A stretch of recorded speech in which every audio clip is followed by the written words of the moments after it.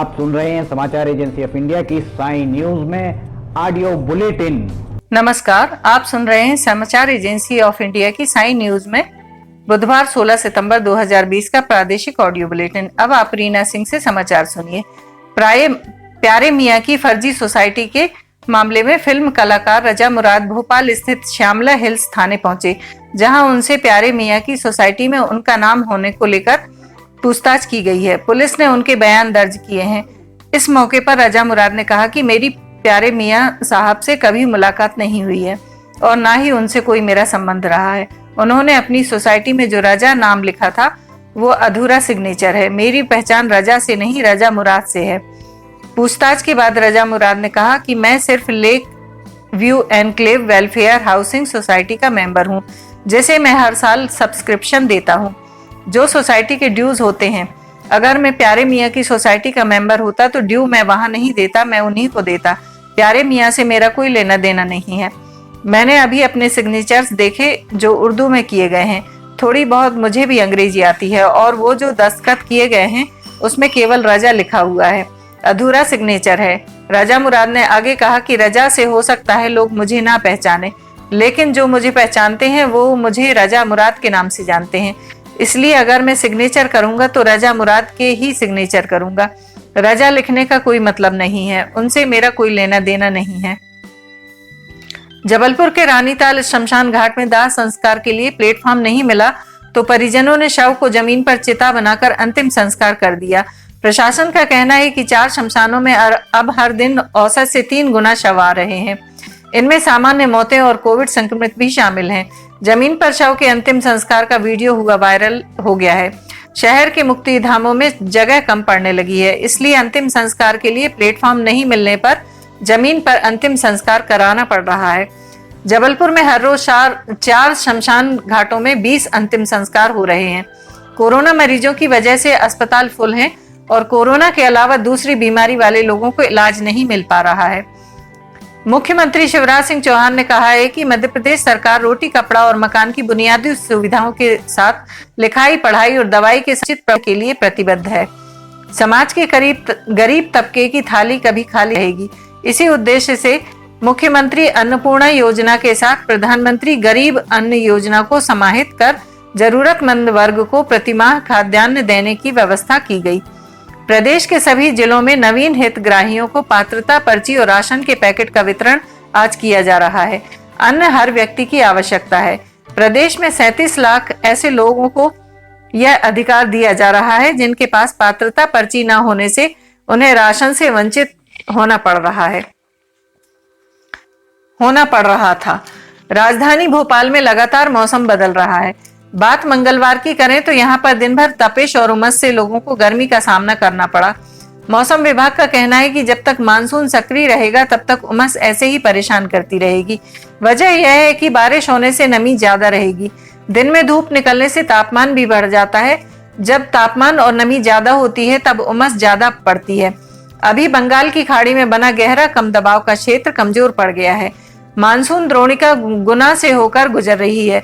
इसके अतिरिक्त एक द्रोणिका दक्षिणी गुजरात पर बने ऊपरी हवा के चक्रवात से होकर महाराष्ट्र तक बनी हुई है। इन 3 मानसूनी सिस्टम के असर से प्रदेश में गरज चमक के साथ बारिश हो रही है। इस बारिश का सिलसिला रुक रुक कर 2-3 दिन तक चलता रहेगा। मध्य प्रदेश के किराएदारों और मकान मालिकों के लिए ये जरूरी खबर है। बता दें कि मध्य प्रदेश सहित राजधानी भोपाल में जल्द ही केंद्र का आदर्श किराएदारी अधिनियम 2020 लागू हो सकता है। इस अधिनियम के तहत मकान मालिकों और किराएदारों के बीच लिखित अनुबंध के साथ ही किराया तय होने से लेकर हर बड़ी से छोटी जिम्मेदारी तक तय होगी, जिन्हें दोनों ही पार्टियों को पूरा करना होगा। केंद्र की मंशा इसे अक्टूबर में ही लागू करने की है। इस अधिनियम के तहत कई मानकों पर चीजें तय की जाएंगी, जिसमें मकान या फ्लैट की पुताई कौन करवाएगा, तो नल की टोटी से लेकर वॉश बेसिन और पंखे या खराब स्विच कौन बदलवाएगा, ये सब होगा। साथ ही साथ मकान मालिक और किराएदार के बीच किसी भी तरह का विवाद होने पर किराया प्राधिकरण और किराया न्यायालय सुनवाई करेगा। अब 21 सितंबर से स्कूल कॉलेज खोले जा रहे हैं, लेकिन यह सिर्फ और सिर्फ उन छात्र छात्राओं के लिए ज्यादा मददगार होगा जिन्हें ऑनलाइन एजुकेशन में कुछ समझने में दिक्कत आ रही थी। ऐसे में विद्यार्थी केवल अपनी समस्या समाधान के लिए ही स्कूल जाएंगे। शासन ने इस बार विद्यार्थियों की उपस्थिति की अनिवार्यता के नियम को शिथिल कर दिया है, यानी अब उपस्थिति कम होने पर किसी छात्र छात्रा को परीक्षा से वंचित नहीं होना होगा। शासन की नई गाइडलाइन के तहत 9वीं से 12वीं तक की कक्षाएं अब 21 सितंबर से खुल जाएंगी, लेकिन पहली से 8वीं तक की कक्षाएं फिलहाल पूर्ववत बंद रहेंगी। कक्षा 9 से 12 तक के विद्यार्थियों के लिए भी स्कूल आने की अनुमति उनके अभिभावक देंगे। अगर कोई अभिभावक अपने बच्चों को स्कूल नहीं भेजना चाहता तो स्कूल प्रशासन उसके साथ जोर जबरदस्ती नहीं कर सकेगा। छात्रों को छूट रहेगी कि वो जब चाहें स्कूल आएं। 21 सितंबर से खुल रहे स्कूलों के लिए जारी गाइडलाइन के अनुसार ही हर स्कूल प्रबंधन को सारे इंतजाम करने होंगे। टीचर्स व अन्य स्टाफ को इन दिशा निर्देशों का सख्ती से पालन करना अनिवार्य होगा। हर स्कूल प्रशासन को कोरोना प्रोटोकॉल का पालन करना होगा। स्कूलों के लिए गाइडलाइन तय की गई है। इसके अनुसार स्कूल पहुंचने वाले सभी विद्यार्थियों के साथ ही शिक्षकों और कर्मचारियों को फेस कवर करना अनिवार्य होगा। स्कूल में मास्क पहनना जरूरी होगा। क्लास में शारीरिक दूरी का पालन करना होगा। एक बेंच के बीच में करीब 6 फीट की दूरी रखना अनिवार्य होगा। स्कूल छोड़ते समय और खाली समय में विद्यार्थियों को एक साथ ग्रुप में खड़े होने की अनुमति नहीं दी जाएगी। कोई भी छात्र, शिक्षक या कर्मचारी बीमार है तो उन्हें स्कूल आने की अनुमति नहीं दी जाएगी। जगह जगह पर स्कूलों में सैनिटाइजर रखना होगा। स्कूल के खुलने से पहले और बंद होने के बाद सभी कक्षाओं, library, lab, locker, parking, railing, दरवाजे, कुर्सियां, लिफ्ट के बटन, वॉशरूम को सैनिटाइज करना जरूरी होगा। कंटेनमेंट जोन के विद्यार्थी, शिक्षक और कर्मचारियों के स्कूल आने पर पाबंदी रहेगी। खरगोन में हिताची के एटीएम से 100 रुपये के 4 नकली नोट निकले हैं। एटीएम धारक ने 20,000 रुपये कैश निकाले थे। नकली नोट निकलने के बाद जिले में हड़कंप मच गया है। पुलिस की चालानी कार्रवाई के दौरान पता चला कि नकली नोट है। युवक 100 रुपये का 3 नकली नोट चला चुका है। समाचारों के बीच में हम आपको यह जानकारी भी दे दें कि मौसम के अपडेट जानने के लिए समाचार एजेंसी ऑफ इंडिया के चैनल पर रोजाना अपलोड होने वाले वीडियो जरूर देखें।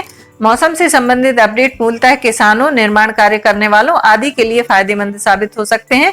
समाचार एजेंसी ऑफ इंडिया के द्वारा अब तक मौसम के जो पूर्वानुमान जारी किए गए हैं वे 95 से 99% तक सही साबित हुए हैं। दमोह में आकाशीय बिजली गिरने से 7 लोगों की मौत हो गई है। जिले में 4 अलग अलग घटनाओं में सभी की मौत हुई है, जबकि एक व्यक्ति इस हादसे में गंभीर रूप से घायल है। घायल व्यक्ति को दमोह जिला अस्पताल में इलाज के लिए भर्ती कराया गया है। मौके पर पहुंची पुलिस ने इस मामले में मर्ग कायम कर लिया है। राज्य स्तरीय वन्य प्राणी सप्ताह से 7 अक्टूबर के दौरान वन विहार राष्ट्रीय उद्यान भोपाल में वन्य प्राणियों पर केंद्रित फोटो प्रतियोगिता आयोजित की जाएगी। इसका विषय वन्य प्राणी इनके रहवास में रखा गया है। सर्वश्रेष्ठ 3 फोटो के लिए प्रतिभागियों को पुरस्कृत किया जाएगा। प्रतिभागियों को अपनी प्रविष्टि वन विहार कार्यालय में 28 सितंबर से पहले जमा कराना होगी। वन विहार के संचालक ने बताया कि प्रतियोगिता में सभी उम्र के प्रतिभागी हिस्सा ले सकेंगे। फोटो में मध्य प्रदेश के वन्य प्राणी का ही प्रतिनिधित्व होना चाहिए। एक प्रतिभागी अधिकतम 5 प्रविष्टियां भेज सकता है। कोरोना के संक्रमित मरीजों का आंकड़ा 50 लाख को पार कर गया है। वर्तमान में यह आंकड़ा 50,41,681 पहुंच गया है। देश में कुल एक्टिव मरीजों की तादाद से लगभग 29,63,000 से ज्यादा लोग स्वस्थ हो चुके हैं। देश में अब तक सक्रिय मरीजों की तादाद 9,97,715 एवं रिकवर्ड मरीजों की तादाद 39,60,965 है एवं जिनका निधन हुआ है उनकी संख्या 82,286 है। अब तक देश में कुल 5,94,29,115 लोगों का कोविड परीक्षण कराया जा चुका है। वहीं मध्य प्रदेश में संक्रमित मरीजों की तादाद का आंकड़ा 93,000 को पार कर गया है।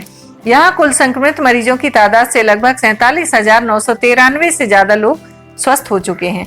प्रदेश में आंकड़ा 93,053 पहुंच गया है, जिसमें एक्टिव मरीजों की तादाद 21,620, रिकवर्ड मरीजों की तादाद 69,613 एवं जिनका निधन हुआ है उनकी तादाद 1,820 है।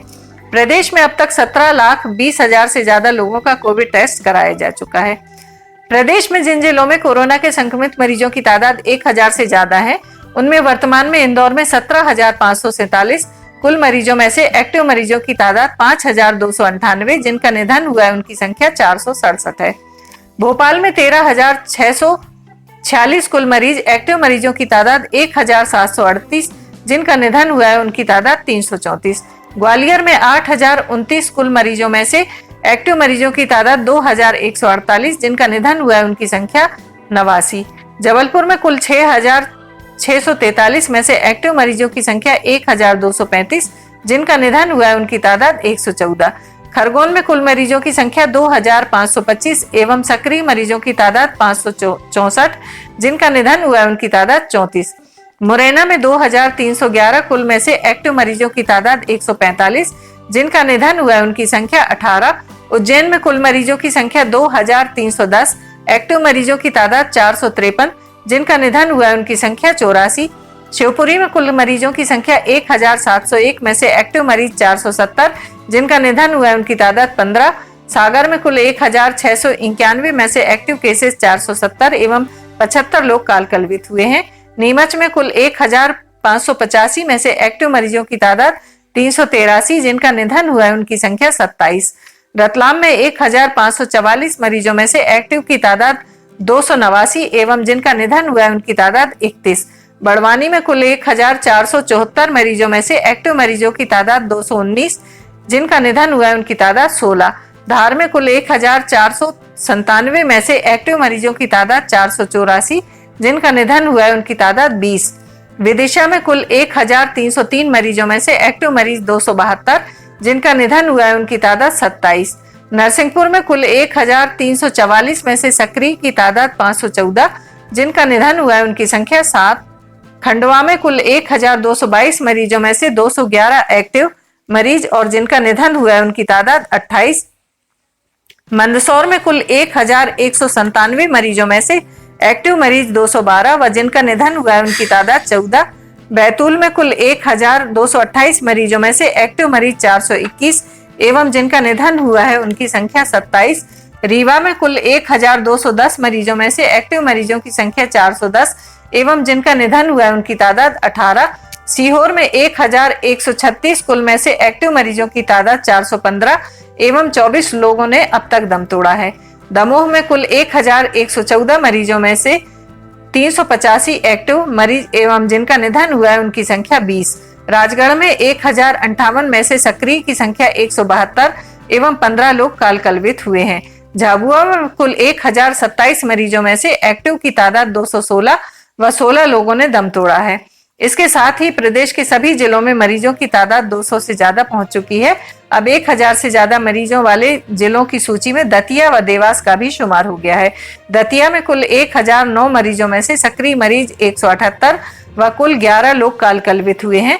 वहीं देवास में कुल मरीजों की तादाद 1,000 में से एक्टिव मरीजों की संख्या 196 व 19 लोगों का निधन हुआ है। आप सुन रहे थे रीना सिंह से समाचार एजेंसी ऑफ इंडिया की साई न्यूज में बुधवार 16 सितंबर का प्रादेशिक ऑडियो बुलेटिन।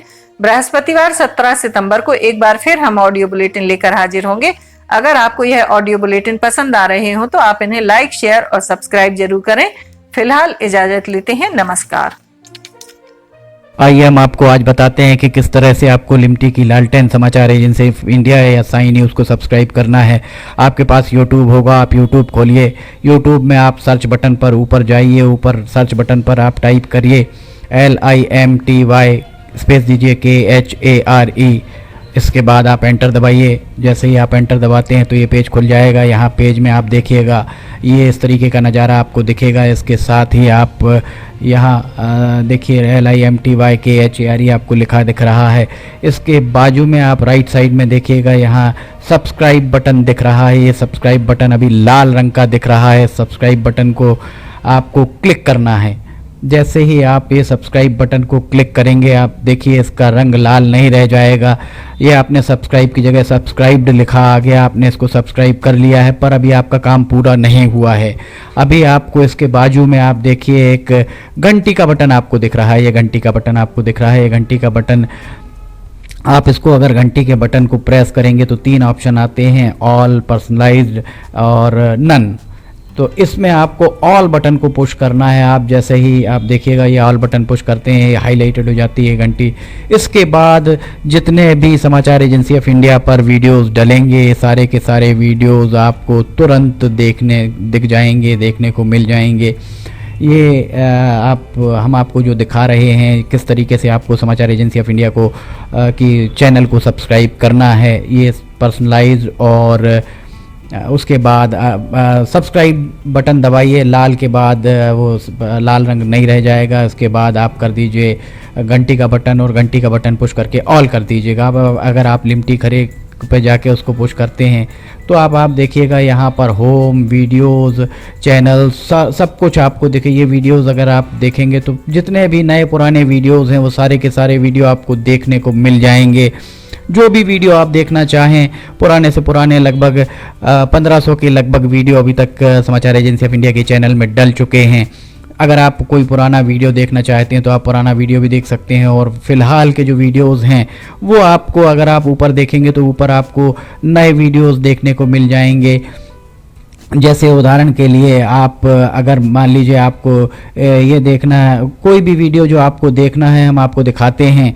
एक आपको उदाहरण, जैसे बैरूत में ये देखिए यहाँ पर धमाके हुए थे, तो बैरूत के धमाकों को अगर आपको देखना है तो आप उस पर जैसे ही क्लिक करते हैं तो ये देखिए ये खुलेगा। इसके बाद ऐड दिखेगा। ऐड को अगर आप देखिए, विज्ञापन आपको दिखते हैं, इन विज्ञापनों को अगर आपको नहीं देखना है तो स्किप ऐड जैसे ही आए तो आप स्किप ऐड कर दीजिए। और उसके बाद फिर वापस जाना है तो ये लिमटी खरे को आप क्लिक करेंगे तो फिर वापस चले जाएंगे। इसमें अगर हम आपको दिखाते हैं, अब प्लेलिस्ट अगर आप देखते हैं तो प्लेलिस्ट में sign news, video news, cartoons, audio news, Limti की लालटेन, स्पेशल रिपोर्ट्स, सिटीजन रिपोर्टिंग, सब कुछ आपको इसके अंदर मिलता है। एक ही चैनल के अंदर सारी चीज़ें, सारी विशेषताएं इसके अंदर आपको मिलती हैं। होम में जाएंगे तो आपको नए 4-5 वीडियोज़ में जाएंगे तो पुराने सारे वीडियोज़ मिल जाएंगे। इस तरह आप समाचार एजेंसी ऑफ इंडिया के चैनल को सब्सक्राइब कर सकते हैं। आपका बहुत बहुत धन्यवाद। आप भी करिए, सभी को कराइए।